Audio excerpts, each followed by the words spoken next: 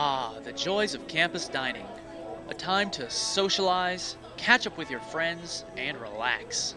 However, beneath this soft exterior is a cold, dark core of unhealthy, overpriced food. Join us as we penetrate this false utopia and expose the truth behind campus dining. We'll explore the daily dilemmas of students in which they must decide to eat or die. We asked students if they were satisfied with their campus dining experience. Yeah, I'm satisfied with campus. No, wait, I'm not satisfied with campus dining. No, not at all. Not really. Could be better. Not especially, no. No, not really. Nah. No, I am not satisfied with campus dining. No, not extremely. It's edible, and that's what I can say about it. A shocking yet edifying article in the Gamecock stated that less than 1% of all sales were low-fat items. Why are students eating such fattening foods? We asked our campus nutritionist, and she gave us the shocking answer. You know, students walk into the cafeteria and they smell the fried foods, and that's what they go and buy. The grill. The grill is number one. All the greasy, fat foods. Most of the time I'm stuck going to the grill. Burger King, Chick-fil-A, Taco Bell. I just feel like, whatever looks good at the moment. I say water, but I get soda. I say salad, but I get that cheeseburger from the grill. They also have the fast food, they have the fried foods, and it's hard for a student to go in there and pass those up and go and eat the healthy foods. Well, a meal, for instance, for dinner, you have your entree, you have 3 side items, dinner roll, dessert, and a drink. I don't think the school provides healthy choices, or at least enough healthy choices that are fast. In our interview, we discovered one disturbing fact: that water actually costs more than soda. Once again, we asked our nutritionist if soda was a serious health issue. Oh yes, this is a problem for the university, that soda, unhealthy foods, cheap food, or foods with high sugar content are easier to get.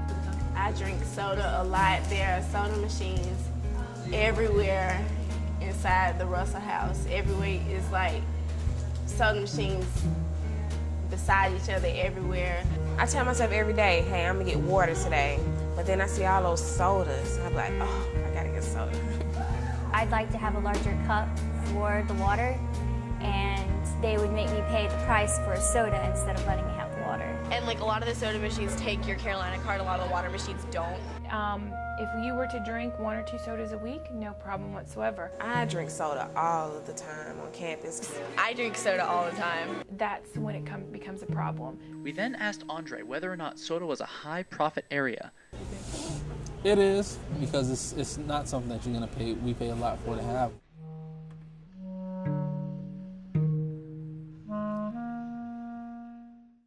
Not only is soda tempting, but many students, for other reasons, are finding it prohibitive to eat healthy. I think the lines at some of the healthier establishments on campus are far too long. Dinner is usually a lot healthier for me than lunch, because lunch I'll have like an hour and no time to stand in line, so it's pretty much Chick-fil-A all the time. Like most often it's easiest to go through like these like Pandinis or some of these other places just because the lines are shorter. I don't eat nearly as healthy as I should, because like it's so easy to like come upstairs in the Russell House and not have to like wait in line. I'm just like, yeah, I want that and fries. It's faster, it's more convenient.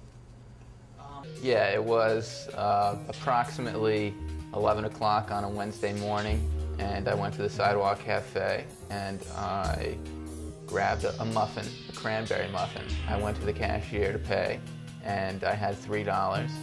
All she had were nickels. So she wanted to give me the change in nickels, but I of course didn't want to carry around 10,000 pounds of nickels for the rest of the day. And I just said, forget it, and I got ripped off. I know at one point I got a sub combo. It's supposed to cost under a meal plan. It cost me a meal plan and then some. I just wanted to have an extra side of chicken for like dinner or something later on, and I was charged in 2 whole meals. Yeah, I have actually. I got the same thing as one of my friends one time and got charged $2 more than he did. And like sometimes they charge me tax, sometimes they'll charge me double. Like friend ahead of me won't get tax and I'll get his and mine. That's insane. It's a ripoff. I've heard a lot of people complain about the food costs, but it's compared to everywhere in our area.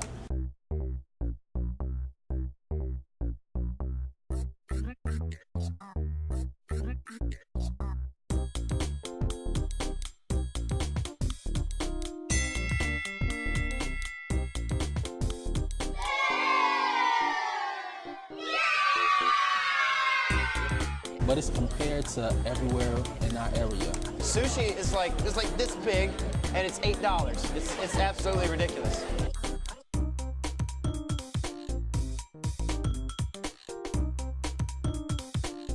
We have tried to keep it as low as possible, but with food costs high for us, we have to try to make sure we maintain that thin line.